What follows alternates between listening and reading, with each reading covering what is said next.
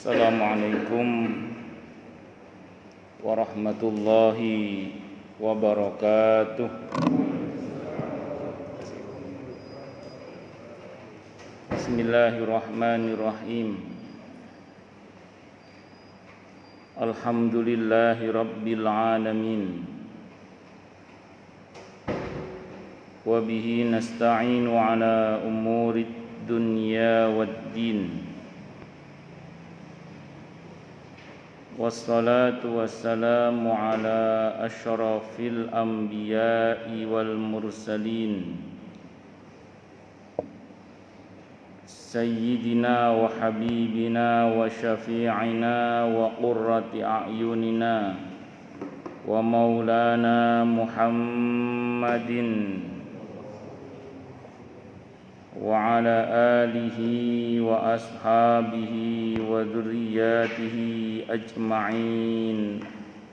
Amma ba'd. Ashhadu an la ilaha illallah wa ashhadu anna Muhammadar Rasulullah. Wa ufawwidu amri ilallah. Innallaha basirum bil ibad. Hasbiyallahu la ilaha illa huwa alaihi tawakkaltu wa huwa rabbul arsyil azim. Qala Allah ta'ala fi kitabihil karim hikayatan an nabiyyillahi Musa alaihi salam. Rabbi shrah li sadri wa yassir li amri wahlul 'uqdatam min lisani yafqahu qawli. Para alim, para asatid, para asatidah, para bapak dan ibu sekalian, hafizani wa hafizakumullah, wabil khusus segenap pengurus Masjid Baitur Rahman Kemang Pratama 3 dan sekitarnya, yang semoga pengurusnya dan jamaahnya selalu dalam naungan rahmat, barokah, perlindungan serta bimbingan Allah Subhanahu wa taala. Amin Allahumma amin insyaallah.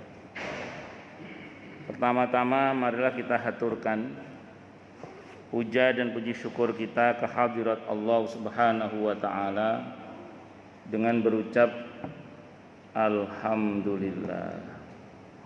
Mudah-mudahan dengan hamdalah ini nikmat dari Allah untuk kita ditambah, karena Allah telah berjanji dalam Al-Qur'an di surah Ibrahim ayat 7, A'udzubillahi samii'il 'aliim minasyaitonir rajim. Wa ita'adzana rabbukum la in syakartum la azidannakum wa la in kafartum inna azabi lasyadid. Jadi kalau kita bersyukur, sungguh nikmat dari Allah untuk kita ditambah. Dan kalau kita kufur, kita diingatkan oleh Allah akan siksanya yang sangat pedih. Nah, ini janji Allah, dan janji Allah dalam Al-Qur'an itu la raiba fih, tidak ada keraguan di dalamnya. Di antara tafsir la raiba fih adalah siapapun yang mengamalkan isi Al-Qur'an dengan keimanan dan keyakinan, maka Allah akan tunjukkan kebenaran Al-Qur'an itu kepadanya hingga tiada lagi keraguan dalam hatinya. Salawat dan salam semoga tercurah limpahkan junjungan kita Nabi besar Muhammad sallallahu alaihi wasallam. Semoga kita semua diakui sebagai umat beliau. Amin Allahumma amin insyaallah.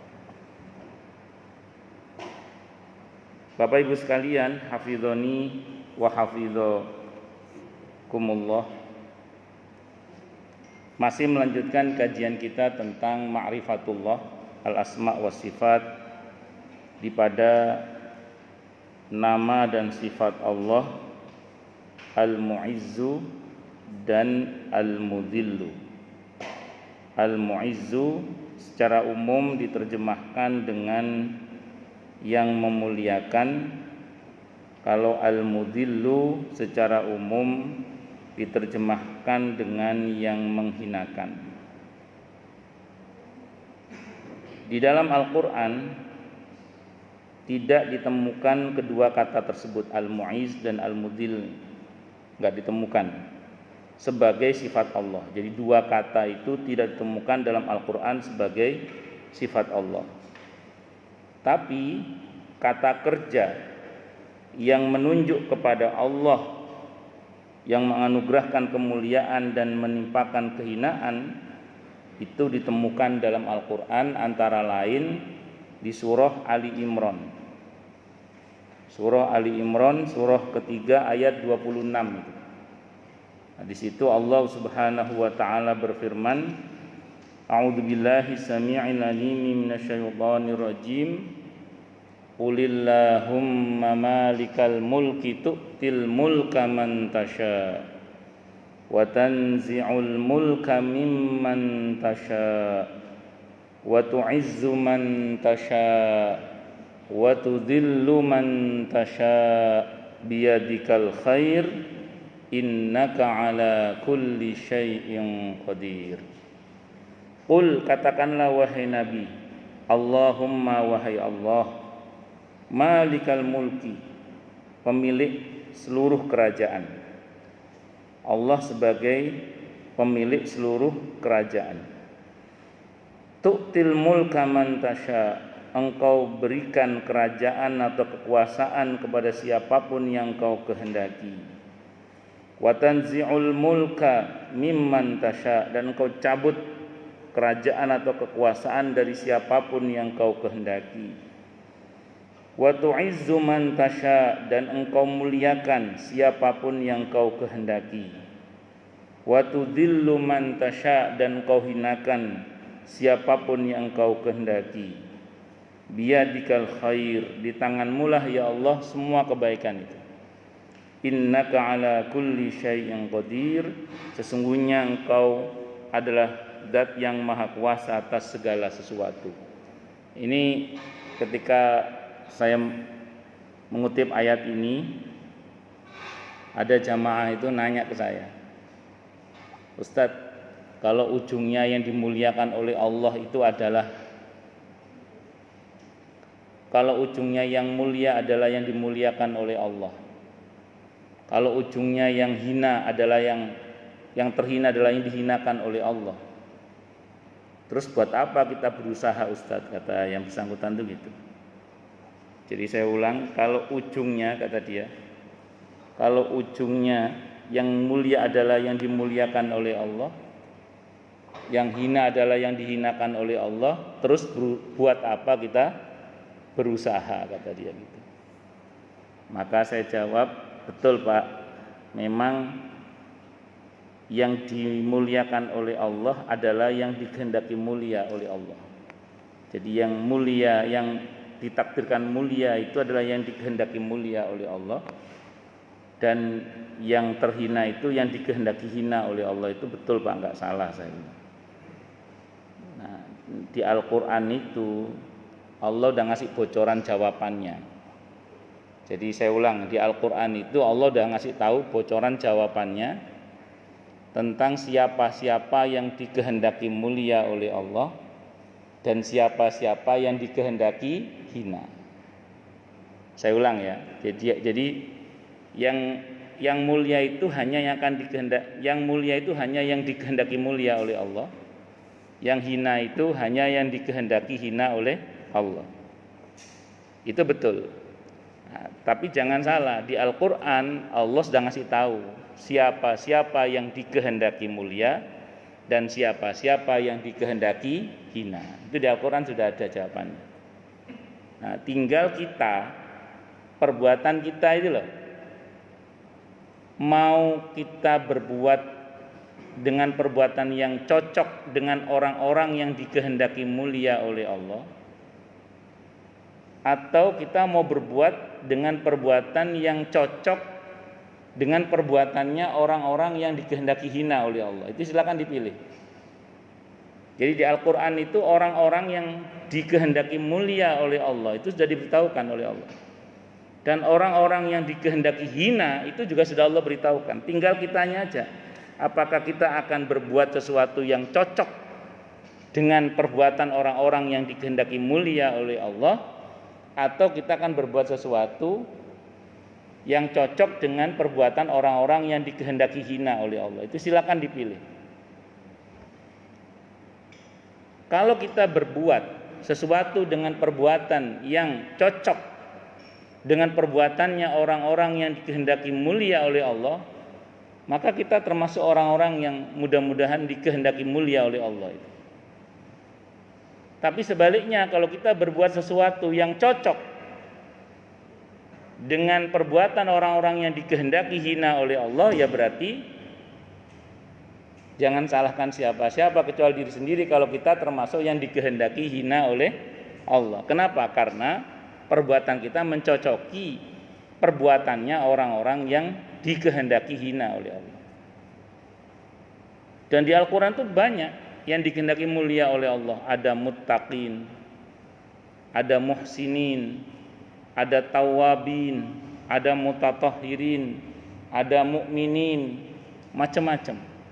Ada banyak di situ. Tinggal kita mau mencocokkan dengan yang mana. Orang-orang yang dikehendaki hina oleh Allah dalam Al-Quran itu juga banyak.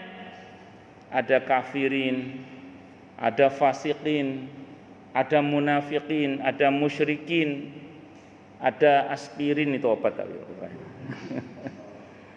Kalau aspirin itu obat. Jadi singkat kata singkat cerita, kembali pada kitanya.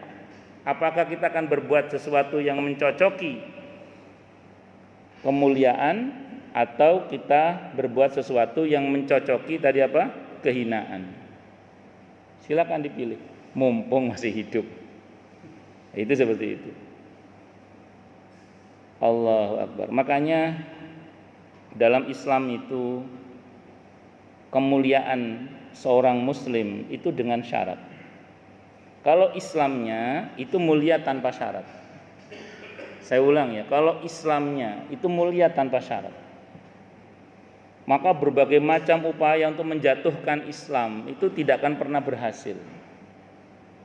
Kenapa? Karena al-Islamu ya'lu wa la yu'la alaihi. Islam itu mulia dan tidak ada yang lebih mulia dari Islam. Maka konsep Islam itu diadu dengan konsep manapun secara terbuka, itu tidak ada yang bisa menandingi hingga detik ini. Kalau kita bicara Islamnya.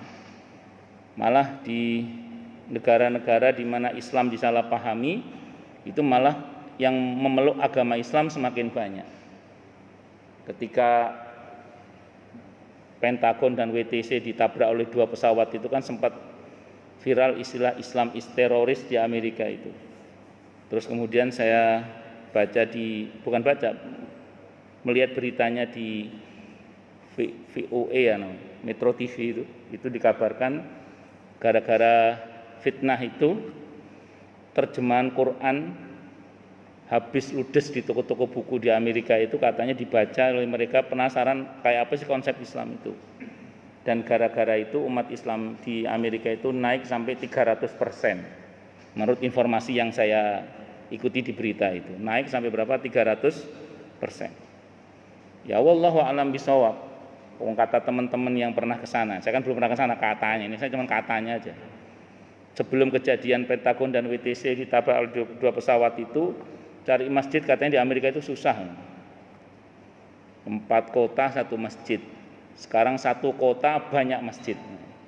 Kalau dulu 4 kota 1 masjid katanya ini, katanya loh. Anda mungkin lebih yang pernah ke sana mungkin lebih tahu. Terus kalau sekarang 1 kota banyak masjid. Walaupun nanti masjidnya macam-macam bentuknya karena terkait dengan IMB katanya dan macam-macam. Tapi terlepas dari itu, di negeri di mana Islam disalahpahami, justru umat Islamnya malah naik. Nah, termasuk Nabi kita Muhammad sallallahu alaihi wasallam itu mulia tanpa syarat karena Allah langsung yang memuliakan beliau.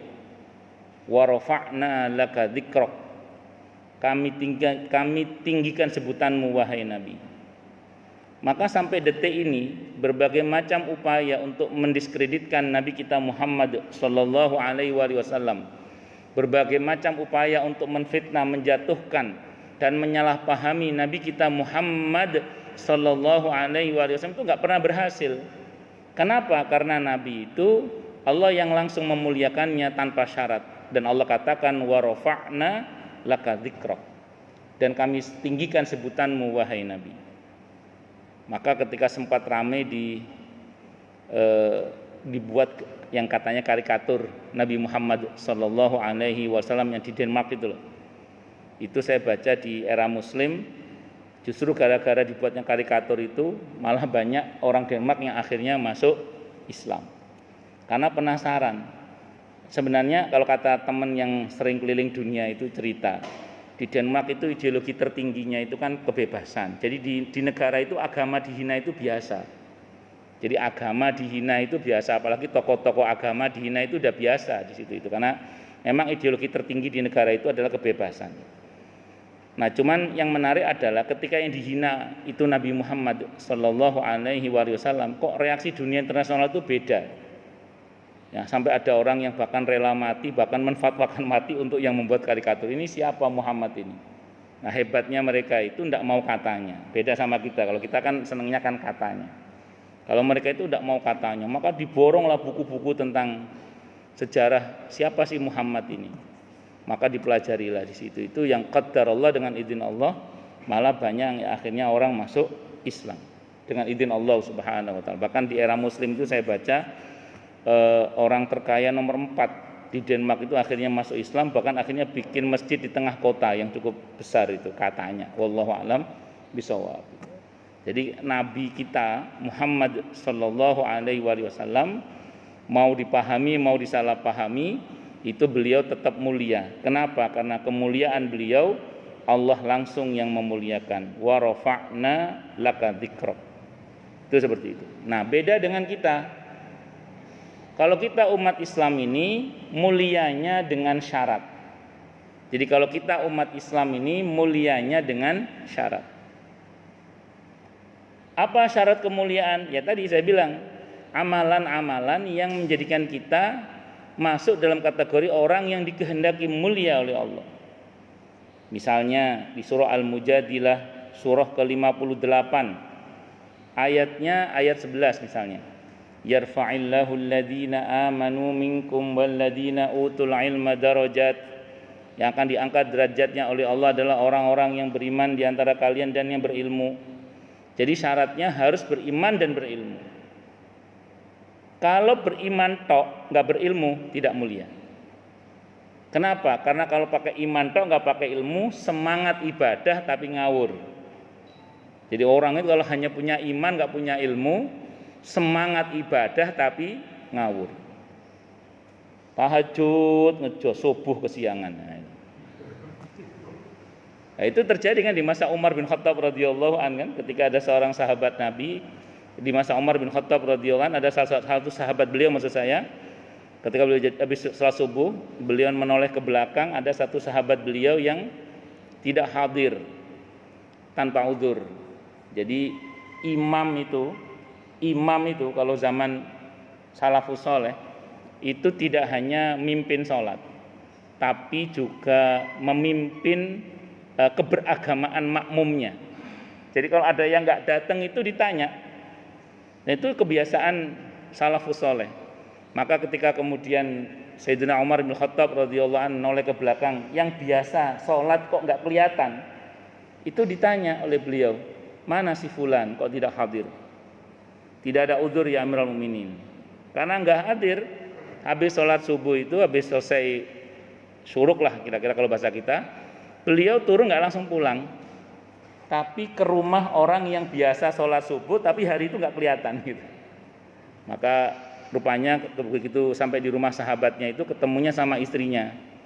Mana suami kamu kok tadi nggak sholat subuh? Jadi imam itu begitu Pak. Jadi nggak cuman mimpin sholat, tapi juga mimpin spiritualnya makmumnya gitu, keberagamaannya makmumnya, akhlaknya makmumnya itu juga dipimpin. Maka terus kemudian ditanya, mana si fulan kok tidak hadir tadi sholat subuh berjamaah di masjid? Apa jawaban istrinya? Semalam suami saya tahajud hampir semalam suntuk. Terus begitu menjelang subuh dan masuk waktu subuh, dia segera sholat subuh dan kemudian tidur, dan sekarang sedang tidur. Kata beliau mengatakan, sayang sekali, andaikan saya harus pilih, kata beliau, saya mending tidur semalaman asal bisa sholat subuh berjamaah di masjid. Itu seperti itu. Artinya apa? Tahajud yang semalaman itu dibandingkan dengan sholat subuh berjamaah di masjid, itu nggak ada apa-apanya pahalanya dibandingkan dengan sholat subuh berjamaah di masjid. Kenapa demikian? Iya, karena itulah pentingnya ilmu. Itulah apa pentingnya ilmu. Karena orang yang beramal tanpa ilmu itu ya tadi hanya semangat beribadah, tapi ya bisa ngawur tadi itu. Nyumbang sana, nyumbang sini, bantu sana, bantu sini. Sementara orang tua sendiri miskin tidak pernah dibantu. Mertua sendiri miskin tidak pernah dibantu. Nyumbang sana, nyumbang sini itu utama, tapi kepada kakak atau adik kandung yang miskin itu jauh lebih utama. Nyumbang sana, nyumbang sini itu utama. Tapi kalau sampai kemudian kita berlaku pelit terhadap karib kerabat, itu juga salah. Jadi alih-alih mau semakin dekat dengan Allah, malah tambah jauh dari Allah.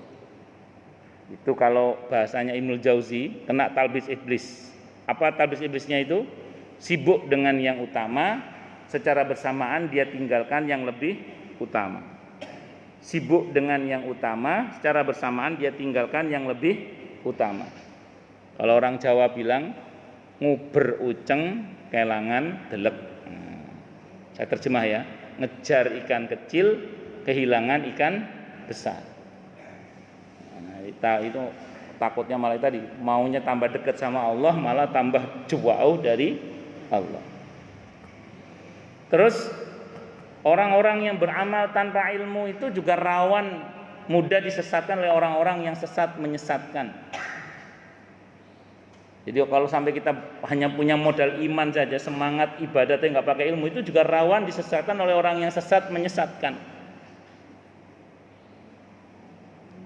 Di bulan Ramadan itu tahun 2004 saya dapat laporan di daerah Pujon, Malang, Jawa Timur. Itu ada sekelompok orang kalau puasa Ramadan itu guru spiritualnya ngomong gini, orang puasa itu dilarang makan apapun dari terbit fajar sampai tenggelamnya matahari. Jadi saya ulang ya, orang puasa itu dilarang makan apapun dari terbit fajar sampai tenggelamnya matahari kecuali lontong.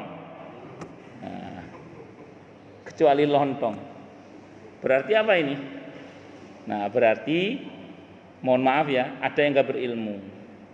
Kalau orang yang berilmu pasti tahu lah, namanya puasa itu Al-Baqarah 187 itu kan, sampai terbit fajar hingga tenggelamnya matahari. Dari terbit fajar sampai tenggelamnya matahari itu nggak pakai makan dan minum apapun. Jadi segala sesuatu yang masuk ke mulut dengan sengaja itu ya batal. Lagi pula pakai bahasa lontong lagi. Terus hadis tentang lontong itu di mana? Lontong itu kan bukan tradisi Arab tapi tradisi Melayu misalnya. Dan begitu seterusnya. Tapi nyatanya ada yang ikut, berarti ada yang nggak berilmu. Kalau orang berilmu pasti kritis. Ini kok bisa ada begini, gimana ini ya?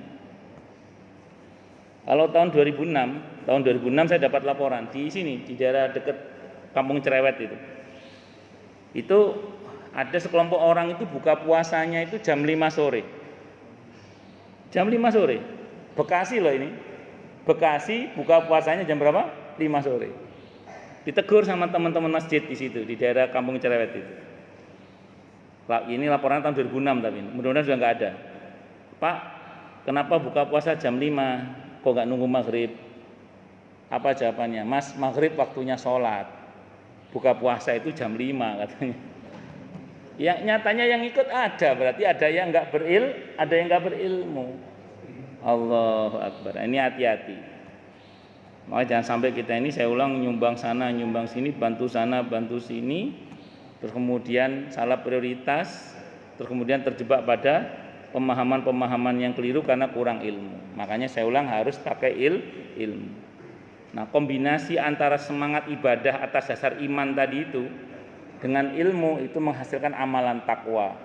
Orang kalau takwa akan dimuliakan oleh Allah. Al-Hujurat ayat 13. Inna akramakum indallahi atqakum. Sesungguhnya yang paling mulia di antara kalian adalah yang paling bertakwa. Nah, takwa itu apa? Melaksanakan perintah Allah dan menjauhi larangannya. Jadi orang kalau taat pada perintah Allah dan menjauhi larangannya, maka yang bersangkutan beramal dengan amalan takwa yang akan mengantarkan pada kemuliaan. Melaksanakan perintah Allah berarti melaksanakan yang wajib-wajib dengan baik dan benar. Meninggalkan perintah Allah berarti meninggalkan yang haram-haram.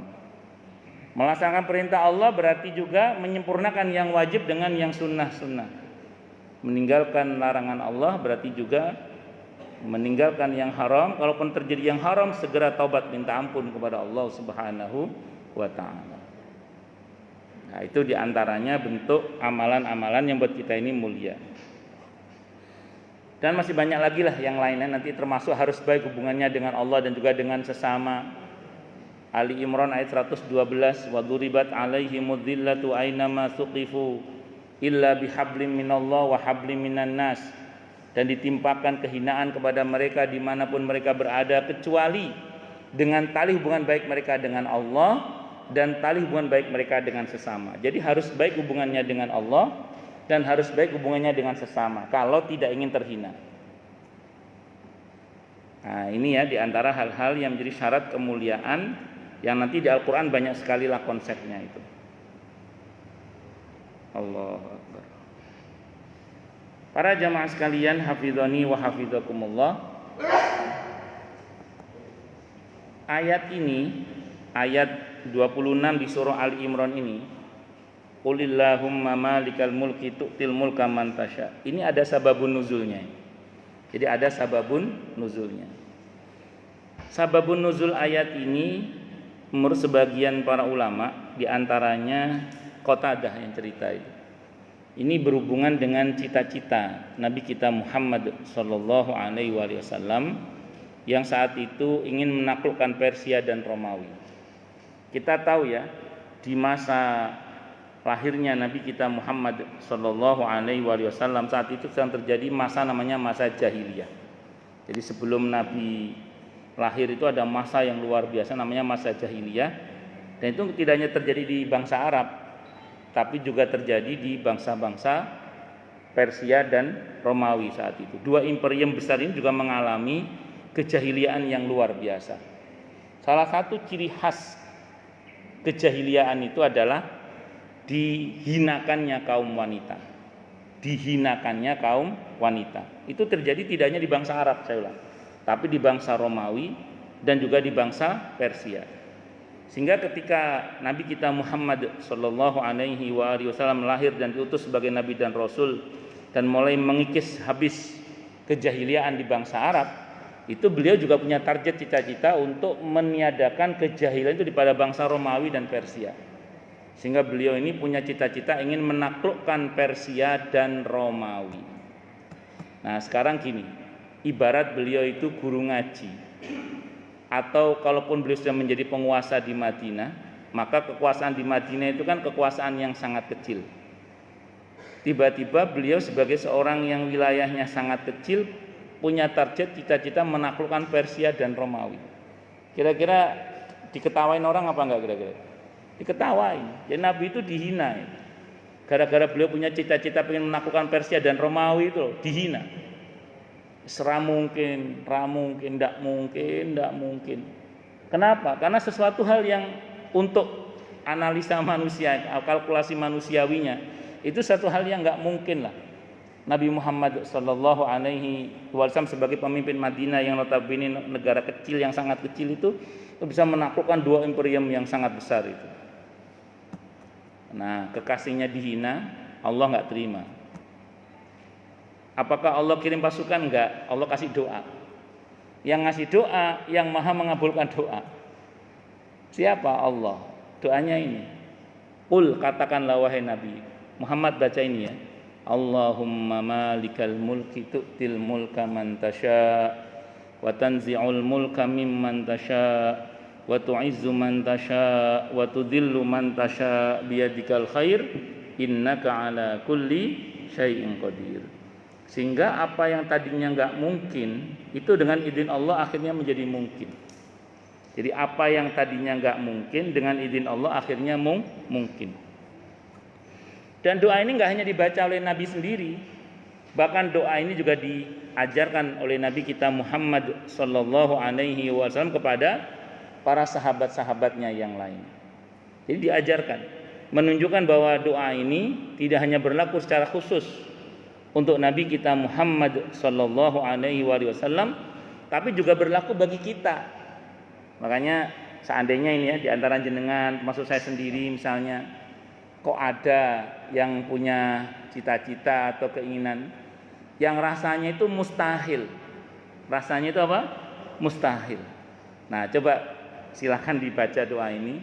Qulillahumma malikal mulki tu'til mulka man tasha wa tanzi'ul mulka mimman tasha wa tu'izzu man tasha wa tudhillu man tasha biyadikal khair innaka ala kulli syai'in qadir. Yang ujungnya itu yang menarik, bahwa engkau lah ya Allah maha kuasa atas segala sesuatu. Gak ada yang gak mungkin bagi Allah kalau Allah berkehendak. Karena kalau Allah berkehendak, innama amruhu idza arada syai'an ayyaqula lahu kun fayakun. Nah, ini silakan dibaca doa ini. Qulillahumma malikal mulki tu'til mulka man tasha wa tanzi'ul mulka mimman tasha wa tu'izzu man tasha wa tudhillu man tasha biyadikal khair innaka ala kulli syai'in qadir. Surah Ali Imran, surah ketiga ayat 26. Nah, itu doanya itu. Qulillahumma malikal mulki tu'til mulka man tasha, dan begitu seterusnya. Jadi saya ulang ya. Kalau kita ingin mulia, silakan nanti dicocokkan amalan kita dengan amalan orang-orang yang dikehendaki mulia oleh Allah dalam Al-Qur'an. Sebaliknya, kalau mau terhina, gampang. Silakan dicocokkan amalannya dengan amalan orang-orang yang dikehendaki hina di dalam Al-Qur'an. Itu seperti itu. Terus kemudian di dalam Al-Qur'an di surah Al-Munafiqun, surah ke-63 ayat 8, Allah menganugerahkan kemuliaan kepada Rasulullah dan orang-orang yang beriman di surah Al-Munafiqun ayat 8. Yaquluna la irja'na ilal madinati la yukhrijanna al-'azmu minhal adall walillahil 'izzatu wa lirasulihi walil mu'minina walakinnal munafiqina la ya'lamun. Mereka berkata, sesungguhnya jika kita telah kembali ke Madinah, maksudnya kembali dari peperangan Bani Mustalik, benar-benar orang yang kuat akan mengusir orang-orang yang lemah daripadanya. Padahal kekuatan itu hanya bagi Allah, kemuliaan, kekuatan itu hanya milik Allah, bagi Allah, bagi Rasulnya, dan bagi orang-orang mukmin. Tetapi orang-orang munafik itu tidak tahu atau tidak mengetahui. Jadi ada rencana busuk dari orang-orang munafik ingin mengusir atau menghinakan Nabi Muhammad sallallahu alaihi wasallam dan orang-orang yang beriman. Satu hal yang orang munafik tidak tahu, kata Allah, adalah bahwa kemuliaan, kekuatan itu semua adalah milik Allah yang dianugerahkan juga kepada para nabinya dan orang-orang yang beriman. Dengan kata lain gini. Jadi dengan kata ini, bergabung jin dan manusia untuk menghinakan kita. Kalau kita bergerak dalam koridor iman yang baik dan benar, maka upaya maksimal dari para pihak yang menghendaki kehinaan kita itu tidak akan pernah berhasil. Karena kalau seseorang itu dimuliakan oleh Allah, tidak akan ada yang bisa menghinakan. Sebagaimana kalau seseorang itu dihinakan oleh Allah, maka tidak akan ada yang bisa memuliakan. Tapi itu Ustadz, Raja Persia, Raja Romawi di masa Nabi itu kan dimuliakan, bukan dimuliakan, ditakuti. Jadi beda antara orang yang tulus memuliakan dengan orang yang tulus, dengan orang yang memuliakan karena takut, itu beda. Makanya ketika telik sandi Persia dan Romawi memata-matai kehidupan Nabi kita Muhammad sallallahu alaihi wasallam, itu membuat Raja Persia dan Romawi itu cemburu. Bagaimana mungkin sosok yang bernama Muhammad yang tidak punya kekayaan menurut mereka itu lantas kemudian banyak orang yang rela mati demi dia. Bahkan helai rambutnya saja jatuh itu jadi rebutan. Yang tidak akan pernah rela nabinya itu satu tetes darahnya pun mengalir. Padahal dia bukan orang yang berharta. Sementara aku dengan kekuasaan yang luar biasa, dengan harta yang melimpah, sulit sekali aku mencari orang yang betul-betul bisa aku percaya, bahkan yang rela mati demi saya. Itu kata raja-raja Persia dan Romawi. Dan kita tahu dalam catatan sejarah ketika perang melawan Romawi, sampai tentaranya itu dirantai oleh panglimanya supaya nggak lari ketika menghadapi pasukan kaum muslimin yang jumlahnya cuma 4.000, sementara mereka jumlahnya sampai 200.000. Kenapa? Karena kaum muslimin rela mati karena Allah, sementara mereka justru takut mati. Padahal kekuasaan, kekayaannya sangat melimpah, tapi menemukan orang yang setia seperti orang-orangnya Nabi Muhammad sallallahu alaihi wasallam itu sulit sekali bagi Raja Persia dan Romawi. Ada apa ini? Karena yang satu tadi, Nabi Muhammad sallallahu alaihi wasallam mulia karena Allah langsung yang memuliakan, sementara Raja Persia dan Romawi itu sesungguhnya di hadapan Allah bukan orang-orang yang mulia. Maka kalaupun dia dimuliakan bukan karena orang itu sungguh-sungguh memuliakan, tapi karena takut. Tapi karena apa? Takut. Makanya saya ulang sekali lagi, kita jangan sampai terkecoh dengan kemuliaan-kemuliaan yang tidak hakiki.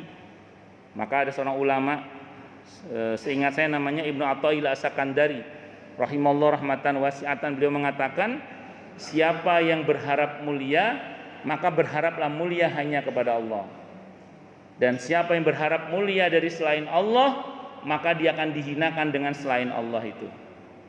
Saya ulang ya, siapapun yang berharap mulia maka berharaplah mulia hanya kepada Allah, karena siapapun yang berharap mulia dari selain Allah maka dia akan dihinakan dengan selain Allah itu. Contoh, ada orang yang berharap mulia dengan jabatannya. Maaf ya, kenyataan mencatat bahwa tidak sedikit orang yang dihinakan oleh Allah dengan jabatannya itu. Na'udzubillah min syarri dzalik. Terus gimana Ustaz? Silakan punya jabatan, tapi jangan berharap mulia dari jabatan kita, tapi berharaplah dimuliakan oleh Allah dengan jabatan kita itu. Tidak sedikit orang yang berharap mulia dengan kekayaannya. Tapi jangan salah, tidak sedikit pula orang yang dihinakan oleh Allah dengan kekayaannya itu. Terus gimana? Silahkan kaya. Dan berharaplah dimuliakan oleh Allah dengan kekayaannya itu. Jadi bukan berharap kemuliaan pada kekayaan, tapi berharaplah dimuliakan oleh Allah dengan kekayaannya. Silakan miliki ilmu dan berharaplah dimuliakan oleh Allah dengan ilmu kita. Saya ulang, gak sedikit orang yang dihinakan oleh Allah dengan selain Allah tadi gara-gara dia berharap mulia dari selain Allah itu. Ada yang dihinakan dengan hartanya, dengan jabatannya, dengan besannya juga ada. Yang dihinakan dengan menantunya ya ada. Usulkin besan sing mulya iki berharap nunut mulyane, malah alih-alih dapat kemuliaan malah terhina gara-gara ulah besannya. Bahkan saya pernah ceramah di satu tempat itu, yang di keluarga itu justru yang memenjarakan dia itu adalah besannya sendiri. Naudzubillah min syarri dzalik. Tadinya berharap mulia dapat besan orang penting, malah besannya yang memenjarakan yang bersangkutan. Itu seperti itu. Dan begitu seterusnya. Itu terjadilah. Makanya hati-hati, jangan berharap mulia pada selain Allah, berharaplah mulia hanya kepada Allah.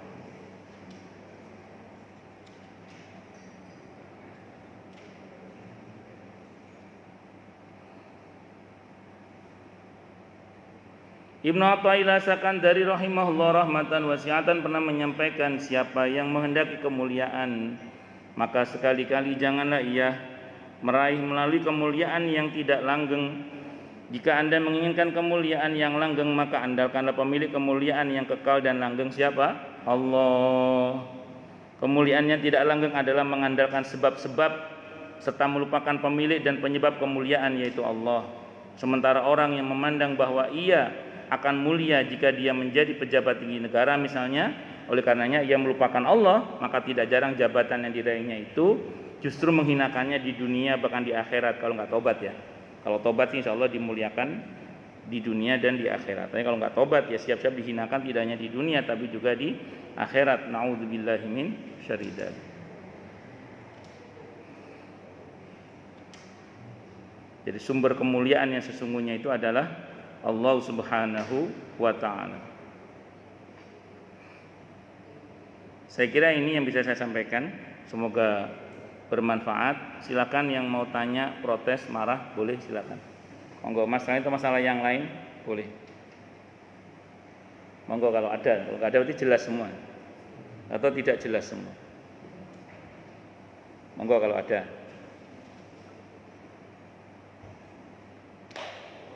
Jelas semua ya. Kalau jelas semua saya simpulkan aja ya, sambil biar pas huruf ini. Bismillahirrahmanirrahim. Jadi yang pertama kita ambil pelajaran dari nama dan sifat Allah Al-Mu'izz dan Al-Mudil.